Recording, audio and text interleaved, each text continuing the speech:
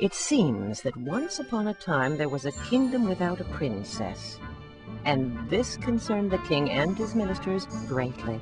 We are facing a severe heiress deficit. The minister told the king, tapping a chart. We must immediately increase the number of young female royal individuals in the palace vicinity. A princess must be found, Sighed the king. This wasn't an impossible task. The king once did have a princess, but she had been lost since childhood. The king and his minister simply had to figure out how to track her down. But just as they started thinking, they were interrupted by the cold gesture. Million Laughs Charlie. How? How about a good laugh today, Kingy? A funny thing happened to me on our way to the castle. This Irishman says... Please, Charlie, I'm trying to find the princess lost since childhood. Oh, gosh, King, that's a great idea. How you gonna do it? Nothing to it, Charlie. Just offering 1,000,000 gold grickles to the princess when she shows up. 1,000,000 gold grickles? Well, sire, I'd love to help on this project. Do you remember what she looked like at all? No. Good! Oh, that's too bad. She was just a baby when she left. But I'll know her by the way she passes the test I have in mind. But Million Laughs Charlie wasn't listening anymore. He wasn't even there. Charlie had run home, called up his date for the night, a lovely maiden who lived next door, canceled on her, and got straight to work on his scheme. He recruited his friend Clyde, a rather big man with a rather small brain, to help, and before Clyde knew what had happened, he had on a blonde wig, a lot of lipstick, and was on the way to the palace to meet the king. I don't want to be no princess. Whined Clyde. These high heels would kill me. Shushed Charlie as they arrived at the palace front door. Well, King, here she is, the first contender for princess.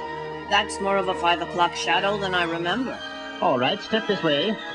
Now, if she stays awake on these mattresses overnight, I'll know she's the one. How's that? There will be a small pea under the bottom mattress. If she's a real princess, she will be so refined, so sensitive, that even a tiny lump like that won't let her sleep. Very clever. The make-believe princess climbed to the top of the pile and lay down as Charlie, the king, and his ministers waited at the bottom. In the morning, the king and his court climbed to the top, and sure enough, the make-believe princess was snoring away blissfully. Aha! Look, she's sound asleep. That's not the real princess. Out! Deny with that, hussy. Now you've done it, bungler. But Charlie... Cannot you do anything right?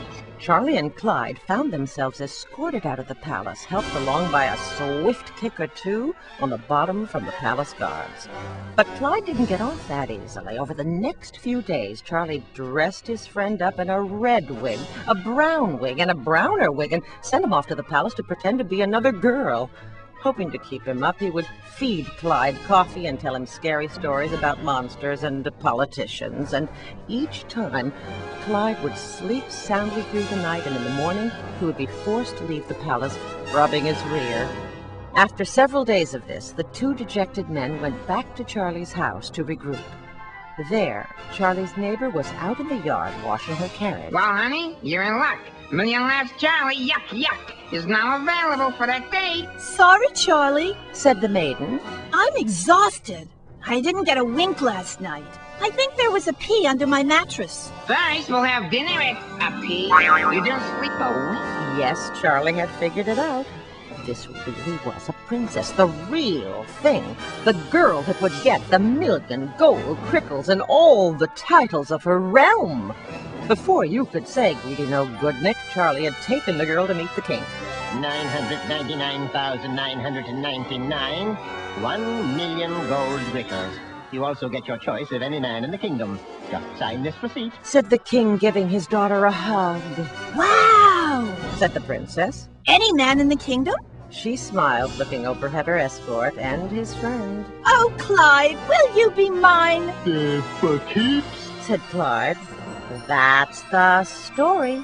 The king had his daughter, the princess had her gold, and Clyde had the princess, and they all lived happily ever after. Oops, almost all happily ever after. Poor Million Laughs Charlie spent the rest of his days unsuccessfully trying to sell unauthorized fairy tales of the king and his court.